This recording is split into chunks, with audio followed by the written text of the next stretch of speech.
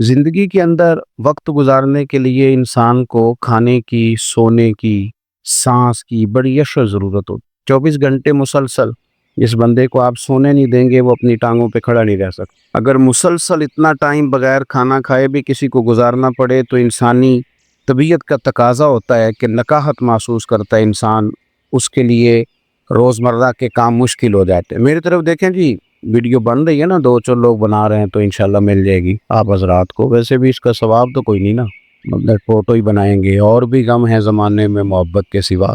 آپ میری بات پر غور کریں، یعنی کھانے کے بغیر، سونے کے بغیر، سانس کے بغیر انسان کے لیے زندگی مشکل ہوتی ہے۔ لیکن یاد رکھیں، یہ ساری چیزیں ہوں اور محبت نہ ہو، تلخی سی ہو طبیعت میں ادھر ادھر، تو پھر بھی انسان گھٹن محسوس کرتا ہے۔ مثال سادہ کرتا ہوں زیادہ،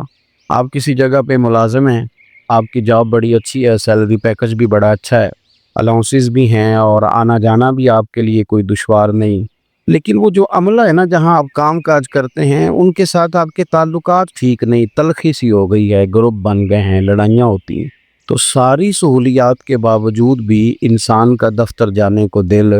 نہیں۔ چلیں اور قریب آتے ہیں، گھر میں دولت بھی ہو، بچے بھی ہوں، مکان بھی بڑا ہی عمدہ ہو، ساری آسانیاں ہو، بس میاں بیوی کا پیار نہ ہو، مجھے بتائیے کام ٹھیک چلتا ہے؟ بہت سارے لوگ تو اس کا اظہار کر لیتے ہیں، اور کچھ ضبط والے ہوتے ہیں وہ کہتے نہیں، ورنہ جو لوگ گھر کے اندر محبت کے بھوکے ہو جاتے ہیں تو وہ تو بڑی بڑی صلاحیت بھی ہو تو زندگی میں کوئی کام نہیں کر پاتے۔ گھر کے اندر کا ماحول، جانے کس عمر میں جائے گی یہ عادت میری، روٹنا اس سے تو اوروں سے الجھتے پھرنا۔ کبھی کبھی یہ ہوتا ہے کہ انسان پر کچھ معاملات بوجھ ہو جاتے ہیں۔ گھر کے اندر مکان کچا ہو،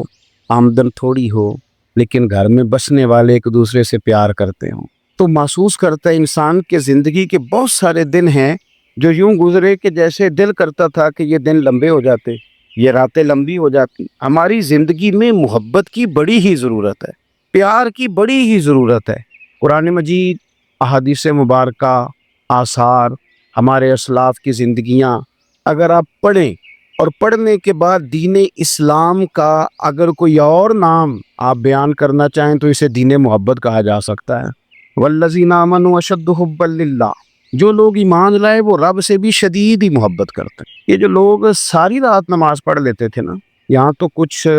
رکھتیں لمبی ہو جائیں، کچھ آیات زیادہ پڑھ لی جائیں تو بعض لوگ پریشان ہو جاتے ہیں، لیکن ساری رات ہی نماز، والذین یبیتون لربہم سجدا وقیاما، ساری رات کیسے قیام ہوتا ہے اور سجدہ ہوتا ہے؟ تب ہوتا ہے جب رب سے پیار ہو جائے۔ پھر لوگ نہ کونا تلاش کرتے ہیں، ڈھونڈتے ہیں، لوگوں سے بچتے ہیں، کوئی جگہ ملے تاکہ میں اپنے رب کی بارگاہ میں حاضر ہوں، پھر تلاش کرتے ہیں لوگ۔ اللہ سے جب محبت ہو جاتی ہے، مالک سے جب پیار ہوتا ہے، پھر تو میرے بھائی ہجوم نہیں اچھے لگتے، تنہائیاں اچھی لگتی۔ پھر تو انسان کو ذمہ داریوں کا احساس نہ ہو تو شاید بہت سارے لوگ ویسے ہی تنہائی میں چلے گئے۔ محبت الہی جب دل میں آتی ہے، جبھی تو انسان اپنا پیسہ کمایا ہوا، اپنی محنت سے کمایا ہوا، وہ نکال کے اللہ کے راستے میں دے دیتا ہے۔ محبت الہی جوش مارتے ہیں، صرف رمضان کے نہیں، وہ باقی دنوں میں نفلی روزے رکھتے ہیں اور بڑے شوق سے رکھتے ہیں۔ محبت کے درجات ہیں، ہماری اب وہ کیفیات نہیں رہی، کیونکہ یہ میرا اور آپ کا جو زمانہ ہے، یہ لوگوں کا ایک دوسرے سے اٹیچ ہونے کا دور ہے۔ بڑی آسانیاں کر دی گئی ہیں میڈیا کے ذریعے اور فلاں چیز کے ذریعے، قربت ہے، تو زیادہ تر لوگ وہ ہیں جو مجلسوں کے ہیں، محفلوں کے ہیں، وہ خاص کیفیات جس میں انسان کی طبیعت اور زیادہ اللہ اللہ کرنے کو چاہے، اور زیادہ۔ صحابہ کرام علیہم رضوان چونکہ بہت شوق سے عبادت کرتے تھے، بہت کثرت سے اللہ کو یاد کرتے تھے، پھر ان کے دلوں میں رب کی محبت جوش مارتی۔ ایک دن بہت سارے صحابہ جمع ہو کے محبوب کی بارگاہ میں آئے اور بڑے درد سے کہا، یا رسول اللہ، ہمارا رب کہاں ہے؟ اس سے ملنے کو جی چاہتا، تیرے عشق کی انتہا چاہتا ہوں، تو میری سادگی دیکھ میں کیا چاہتا ہوں، ذرا سا تو دل ہے مگر شوق اتنا، میں وہی لن ترانی سنا چاہتا ہوں۔ اقبال کہنے لگے، میرا بھی دل کرتا ہے میں تجھے کہوں رب یارلی، میں تجھے دیکھنا چاہتا ہوں، اور تو کہے کہ تو دیکھ سکتا، ذرا سا تو دل ہے مگر شوق اتنا۔ او بھائی، جوش مارا، اور حضور علیہ السلام فرماتے ہیں، تم میں سے، ادھر دیکھو میری طرف، فرمایا تم میں سے جس کا اپنے رب سے ملنے کو جی چاہتا ہے نا، اللہ بھی اس کی ملاقات کو پسند فرماتا۔ صحابہ نے عرض کی، یا رسول اللہ،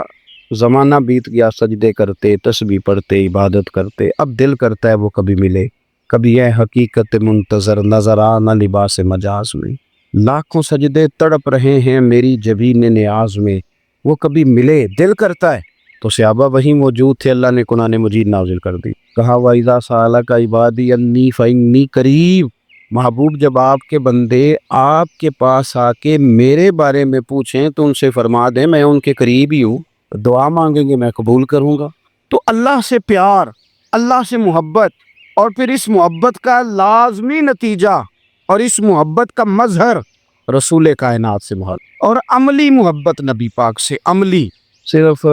محفل کی محبت نہیں، خالی نعروں کی محبت نہیں، کیفیات کی محبت۔ یعنی ویسے بھی کبھی دل کرے نا بندہ جا کے نعت خاں کے دروازے پہ دستک دے، کو ضروری نہیں نا کہ آپ اسی وی آئی پی نعت خاں کے دروازے پہ جائیں، جس سے ملاقات بھی کرنی ہو تو جیب میں کچھ لے جانا پڑتا ہے۔ محلے میں بھی تو نعت خاں ہے نا جو شوق سے نعت پڑھتا ہے، اسے کبھی کھڑا کر کے کہا جائے نا یار دل بڑا پریشان ہے، محبوب کی دو نعت کے شعر تو سنا۔ کتنی تکلیفیں ہمیں ہوتی ہیں، کتنے دکھ ہمیں ہوتے ہیں۔ کبھی ایسا ہو نا کہ رضائی میں باپ رو پڑے اور وہ بہت روئے تو اس کے بچے پوچھیں کہ اماں ابا جی کو کیا ہے، کوئی تکلیف ہے، کوئی کاروباری مسئلہ ہے، کوئی پریشانی ہے، تو اماں کہے نہیں پتر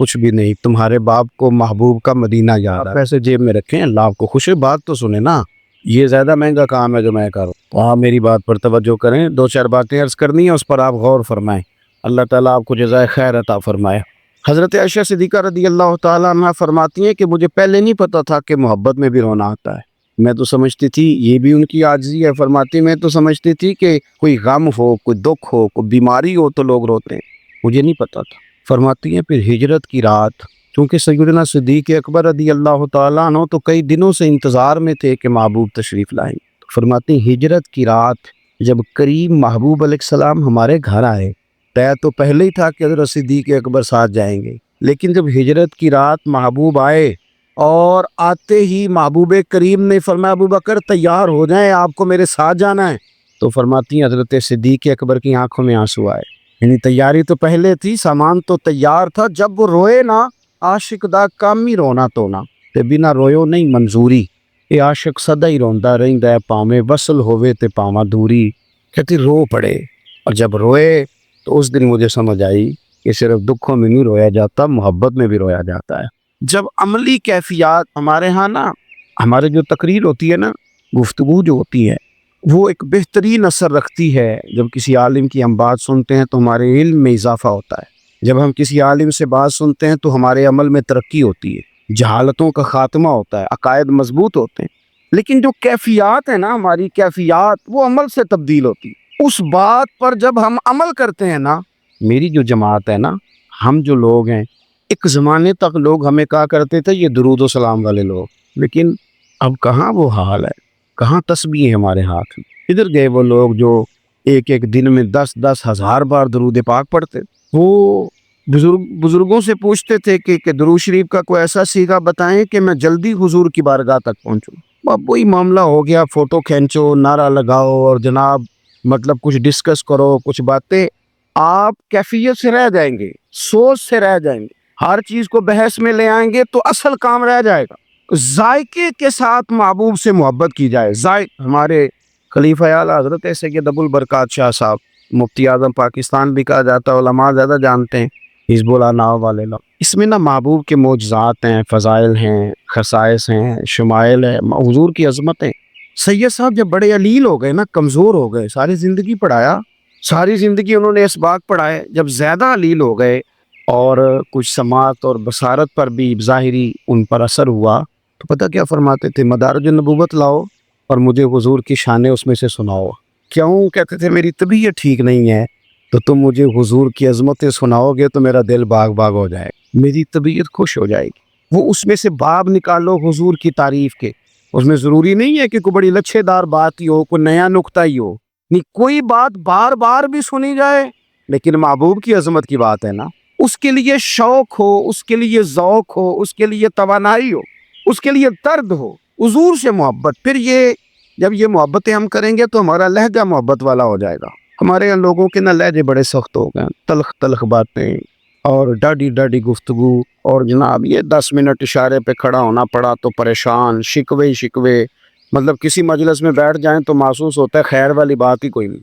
ہر طرف پریشانی، معاذ اللہ، ہر طرف مایوسی، تلخ، اور مختلف بہانے کر کے لوگوں نے، کچھ لوگ کہتے ہیں جی میں اس لیے تلخ ہوں کہ میں بندہ سچا ہوں، کہ سچے بندے تلخ ہوں دن، تو میں نے کہا آپ سجدہ صاف کریں، یہ بھی آپ سے غلط بات نکل گئی ہے، یہ کیسے ہوتا ہے کہ جو سچا ہے وہ تلخ ہے؟ اور خدا کے بندو، دنیا میں سب سے زیادہ سچ محبوب کریم نے بولا ہے، پر سب سے میٹھا کر کے بولا ہے، آپ نے یہ کیسے کہہ دیا کہ سچا بندہ تلخ ہوتا ہے؟ آپ اپنے انداز پر توجہ دیں بلا وجہ۔ اور کچھ لوگ کہتے ہیں جناب پیر صاحب آپ نے تو بڑی آسانی سے کہہ دیا خوش رہنا چاہیے، محبت کرنی چاہیے، دکھ ہی بڑے ہیں زندگی میں، تکلیفیں بڑی، آپ کو کیا بتائیں، بڑی تکلیفیں۔ تو میں اکثر کہتا ہوں کہ کوئی اتنا بھی دکھی ہے کہ جو 3 4 دن روٹی نہ کھاتا ہو؟ ہے کوئی اتنا؟ بولیں۔ لیکن محبوب کریم نے تو نہیں کھائی، 4 دن نہیں کھانا کھا۔ بچوں کے بڑے مسائل ہیں، کسی کی بچی اپنے سسرال میں اتنا کام کرتی ہے کہ اس کے ہاتھوں پہ چھالے پڑ جائیں، آبلے پڑ جائیں، کرتی ہے، لیکن محبوب کی شہزادی کے تو پڑ جاتے دستے مبارک۔ کن کن چیزوں کو دکھ بنا لیا ہے، کن چیزوں کو ہم نے یہ انداز اختیار کر لیا ہے کہ وہ جی بڑے دکھ ہیں، اور پھر اگر ہوں بھی تو حضور علیہ السلام نے فرمایا اللہ کے سارے نبی ستائے گئے، میں سب سے لاڈلا ہوں، میں سب سے زیادہ ستایا گیا۔ یہ تو بھائی وہ لوگ ہیں بڑے جنہوں نے کرنا کرانا کچھ نہیں، حضرت پیر صاحب، حضرت مفتی صاحب، حضرت علامہ صاحب، حضرت شہزادہ صاحب۔ جو بندہ عملی زندگی میں آتا ہے اور کوئی کام کرتا ہے نا زندگی میں، جب جہاز چلتا ہے نا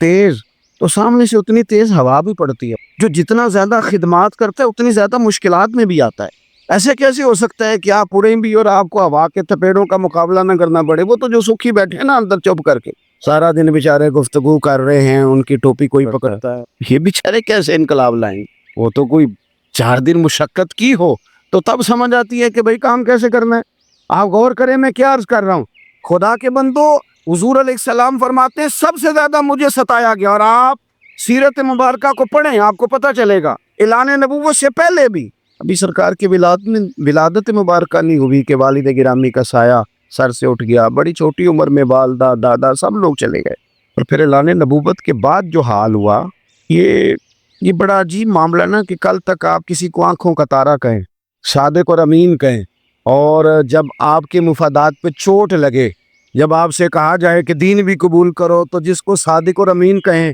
پھر معاذ اللہ اسی کو جادوگر کہنا شروع کر دیں، پھر آپ شاعر کہنا شروع کر دیں، آپ کے لہجے ہی بدل جائیں۔ لیکن ان ساری چیزوں کا مقابلہ، اور ہمیشہ مقابلہ،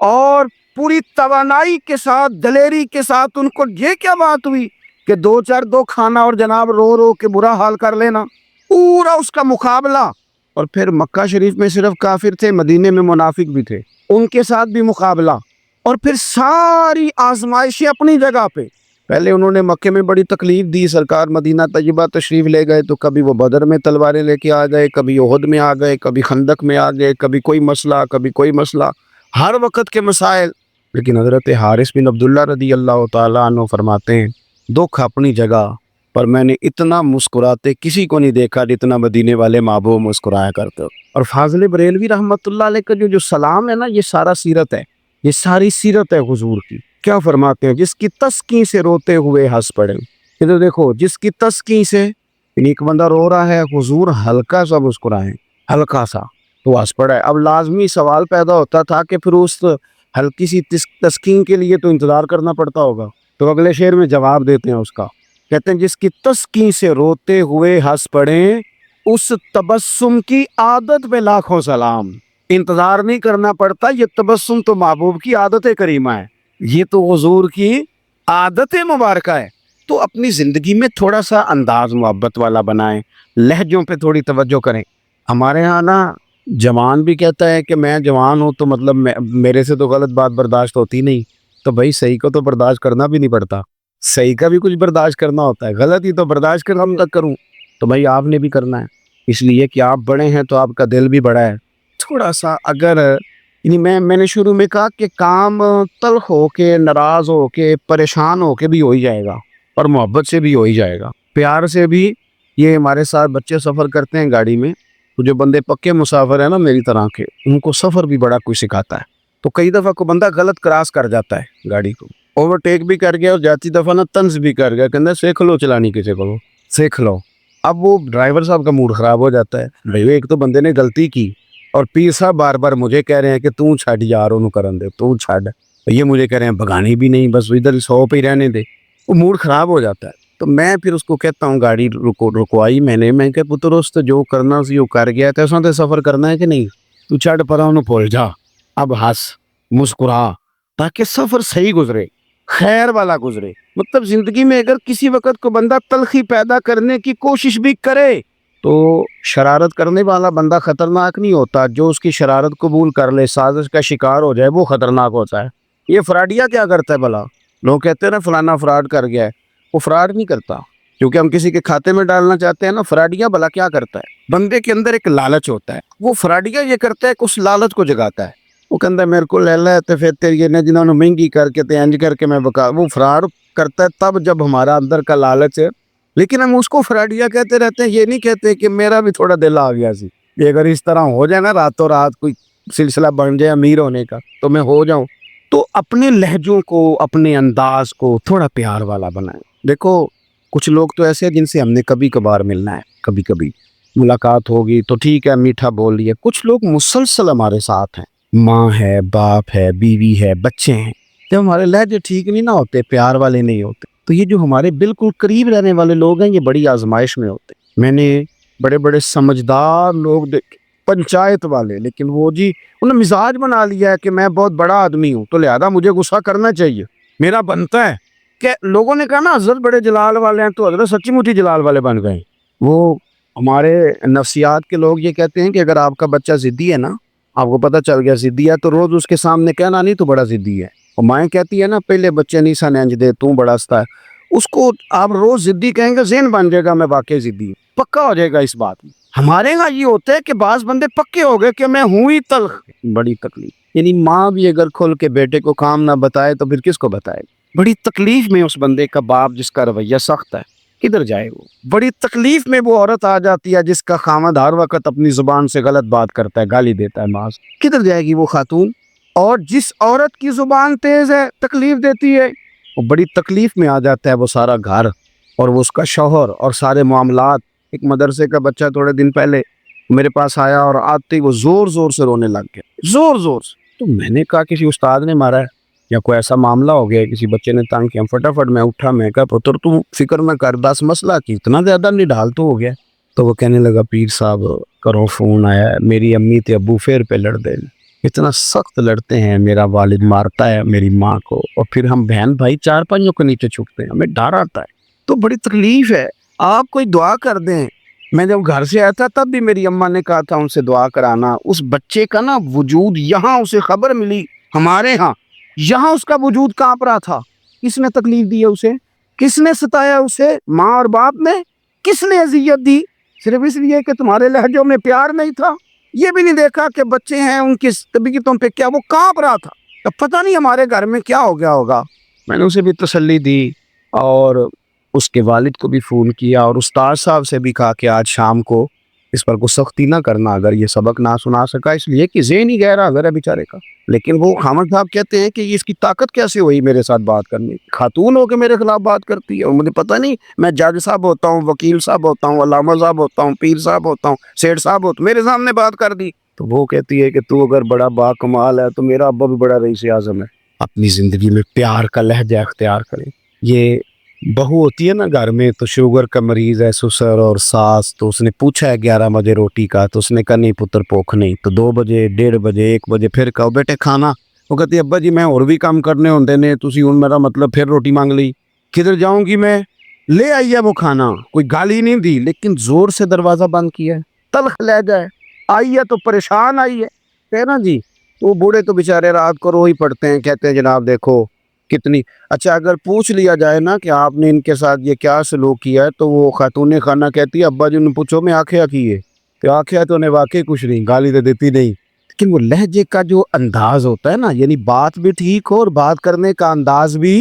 ٹھیک ہو۔ قرآن مجید دیکھیں نا تو حضرت لقمان اپنے بیٹے کو وصیت کرتے ہیں، کہتے ہیں وَلَا تُصَغِّرْ خَدَّكَ لِلنَّاسِ، بیٹا لوگوں سے منہ ٹیڑھا کر کے بات نہ کرنا، نہیں تیرا انداز ٹھیک ہو، لہجہ ٹھیک ہو، اس پیار کو آگے بڑھائیں اللہ کے ساتھ، رسول کائنات کے ساتھ، حضور کے کل صحابہ کے ساتھ، تمام اہل بیت کے ساتھ، اولیاء اللہ کے ساتھ۔ اس وقت دنیا میں جتنا بھی انتشار ہے وہ نفرت پھیلانے کے لیے، کوئی صحابہ کے بارے میں معاذ اللہ، کوئی اہل بیت کے بارے میں، کوئی اولیاء اللہ کے بارے میں، کوئی دینی لوگوں کے بارے میں، کہیں نہ کہیں کسی نہ کسی مقام پر لوگ ہمارے انداز اور لہجوں کو سخت کرنا چاہتے ہیں۔ ہم چونکہ اہل محبت ہیں تو نفرت والی بات تو ہماری سمجھ میں آتی نہیں، اس لیے محبوب کی ہر نسبت کا احترام کریں، اور اپنی طبیعت کو کبھی بھی دیکھو، میں کہہ چکا ہوں کہ شکاری تو آئے گا ہی شکار کرنے کے لیے، لیکن شرط تو یہ ہے نا کہ وہ شکار ہونے والا جلدی شکار نہ ہو،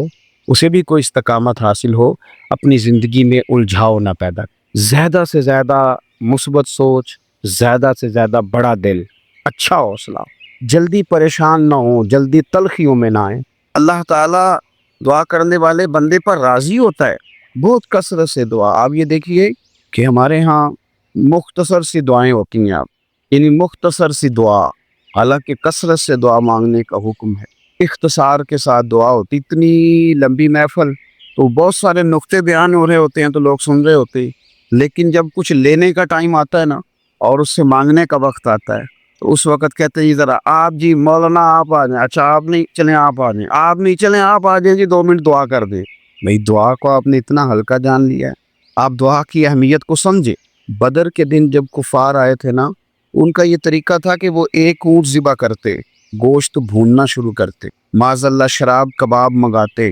موج کرتے، ساری رات ابو جہل کی جماعت نے